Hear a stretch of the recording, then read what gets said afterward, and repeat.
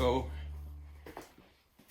believe it or not, this is probably take 26. And for something like this, you would think that probably should be able to do it in 3 or 4 takes and you'd be fine. I have a stammer. So, a lot of my work today has been walking back and forth between here and the camera, dealing with the fact that by the time I get here and I start explaining what I'm doing for the week, I stammer out, I get locked up, and I have to start all over again. So, but that being said, a little bit of bourbon goes a long way to steadying things out. I stammer when I get nervous or if I get stressed, and it can be difficult at times. But right now, this week, where we're sitting, we're working on our forge casing. This is the number 2 forge. This is going to be my primary forge once it's finished. Thanks to our friends at Canadian Forge and Farrier.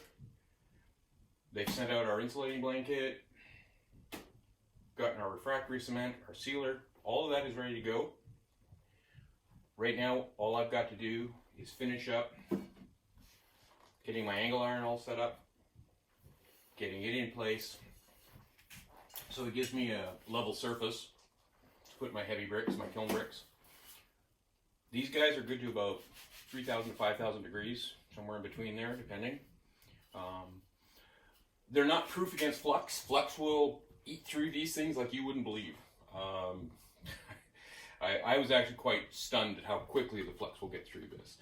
So, but I wanted to set this thing up so that I could change them out rather quickly, rather easily, which is why I'm going to the extra trouble of putting in this bar. So this is a lot more complicated than my other forge, my simple forge. It's a lot bigger. So hopefully it will do the job I want. So without further ado, I'm gonna get to her. Talk to you on the other side.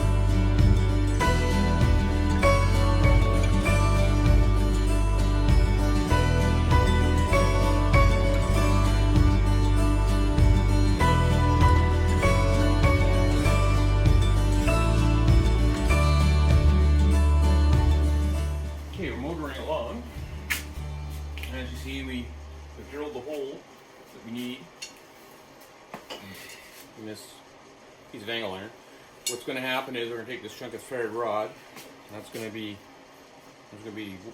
welded in here, and this will sit flush up against the wall of our forge down low enough, and there'll be 3 of those, so 3 rods sticking out here, here, and here, where they can be bolted to the outside casing of the forge, and then that will act as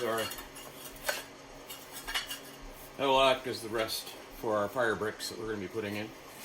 So that's what we're sitting at right now. So now I got a little bit of 5 more holes to drill, and then I'll line them up, mark the holes on my casing, punch my holes through. Then I'm going to weld the rods onto these, clean them up so they sit nice and flush with the bricks. Hopefully it'll all assemble together nice and level. That's where we're sitting.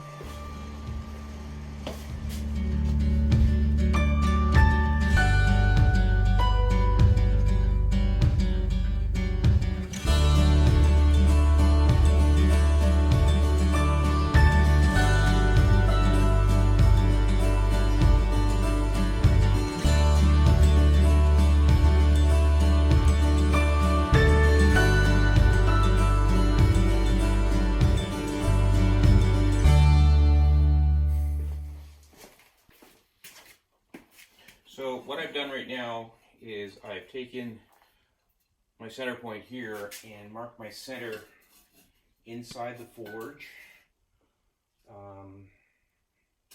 And then I've lined that up, and I've marked the edge of the forge right on this. And this is how I'm going to determine my center point on the outside casing, so that I can drill the hole through.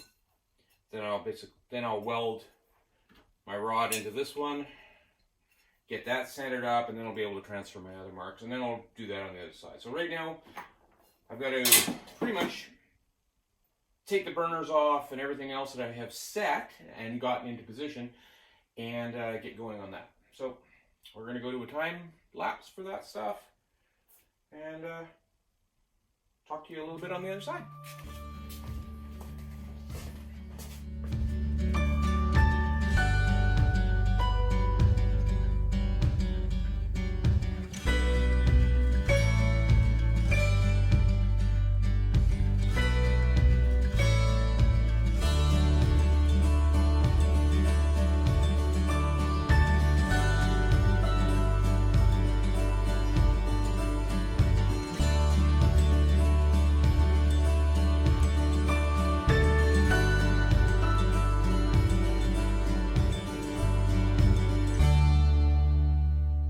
So we can see how that sits inside there.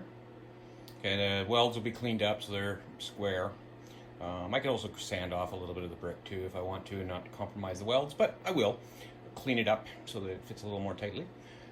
You can see on the outside how the screws come through. This makes it easier for maintenance, cleaning it up, adjusting. I've made the holes slightly oversized too, so that if they're not quite square, I can flush them out a little bit, move them up a little and down, get my level. So now what I'm going to do is duplicate the other side, get that done, and hopefully it'll work so the bricks fit.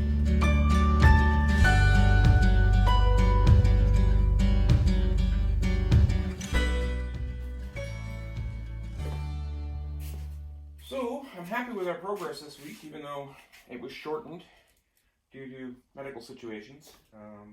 Monday I ended up at the specialist, eye specialist. My left eye ended up having the same issue that I had 5 weeks ago with my right eye.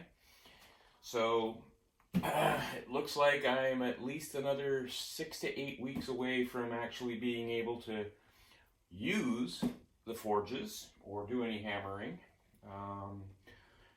Doing the handwork and this kind of thing is fine and good, but I'm not to do anything that can cause any kind of problems with my retina. So we were just getting to the point with the right eye where I was expecting to go into the doctors and get a clean bill of health and be able to get back to work. And then, lo and behold, on Sunday, the left eye went. And then on top it all off, to make a day even sweeter, I ended up getting my shingles vaccination, not COVID, on Monday afternoon. And that was a complete write-off for Tuesday. Gone. I was sick as a dog.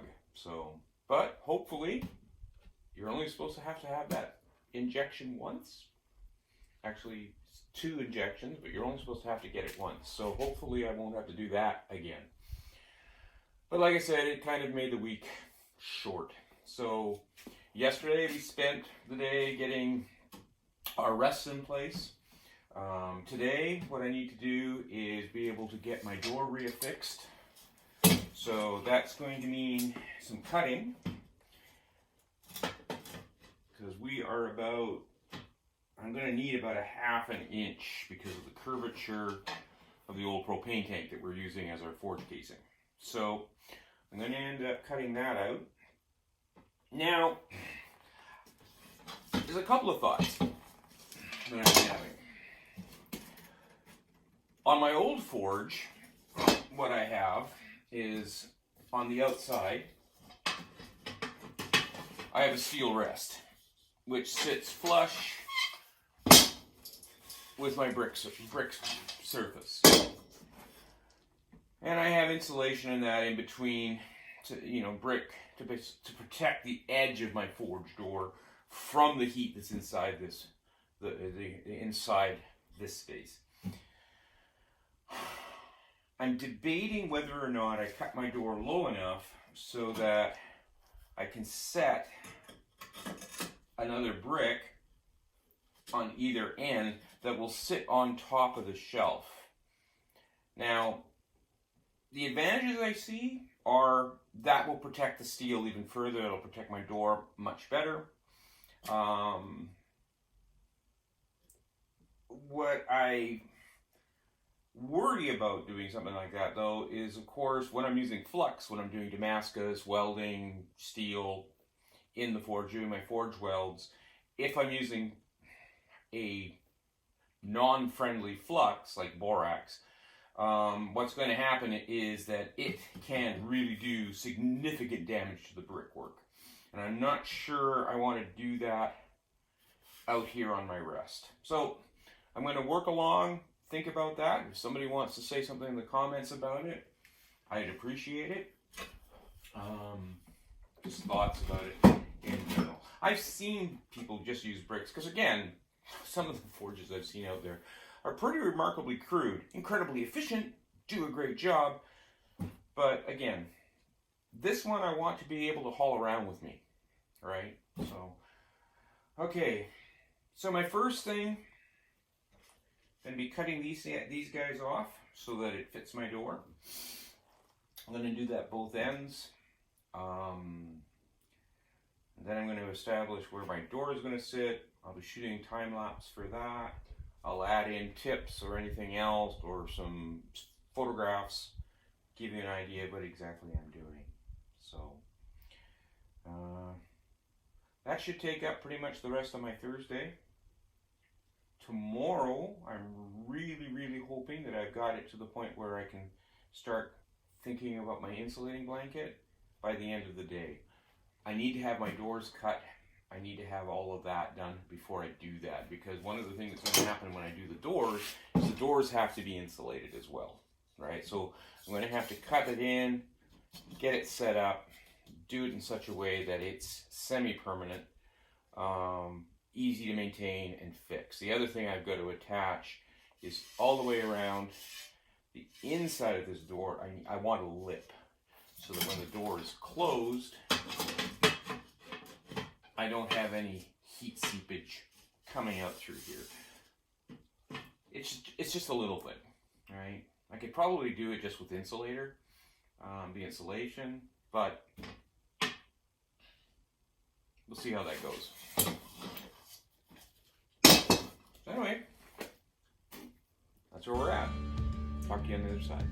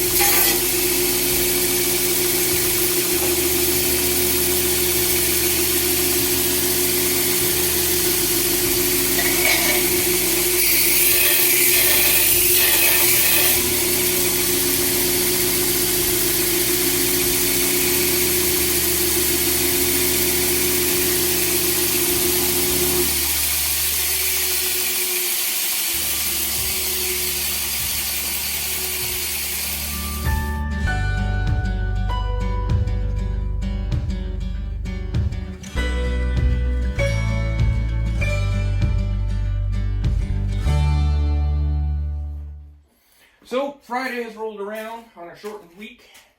We lost Monday, Tuesday. I just was not able to make up the ground. That said, of course, the installation didn't come until then, but I could have had the frame and everything else in place a lot sooner had I had those 2 days. As it is, the frame went in great. The bricks sit beautifully. The door closes exactly the way I want it to.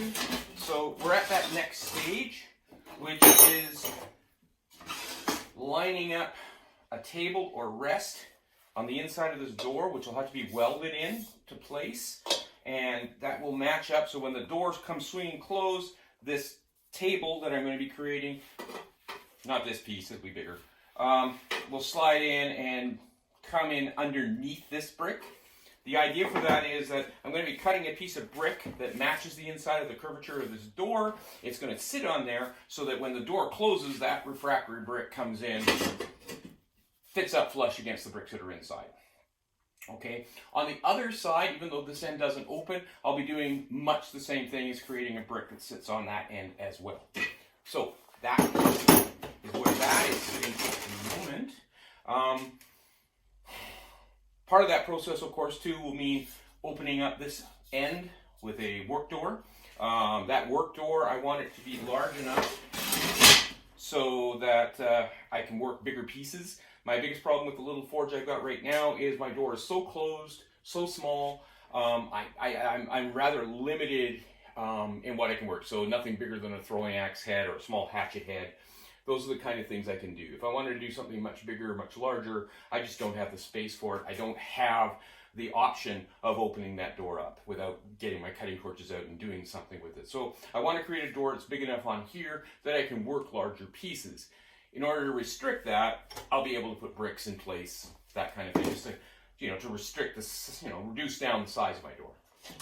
So, if you like what you're seeing, don't forget to hit like down on the bottom of the picture. If you have ideas, if you just want to say hi, don't forget to include that in the comments.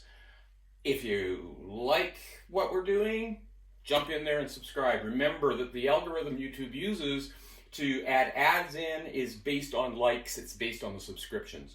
So hopefully we'll get to that point one day where I've got enough subscriptions and enough likes that it'll actually start generating some revenue. As time goes on, we'll be working on doing a couple of live feed projects. When we do that, we'll make sure that we post that that's coming. Don't forget also that will be connected over to our Patreon. And that information is at the end of the credits. That's pretty much it for today. We'll be doing these weekly, and so hopefully you guys are all staying safe. Remember, COVID is still a thing out there. If you're out and about, remember, take your precautions, wear that mask. We're all going to get through this. On the other side of it, we're going to be able to do live classes again, which is something I'm really looking forward to. I really miss having people in here. I'm a year and a half behind of where we really wanted to be. But that said, I'm looking forward to the next year. So stay safe, my friends. Cheers. We'll see you all on the other side.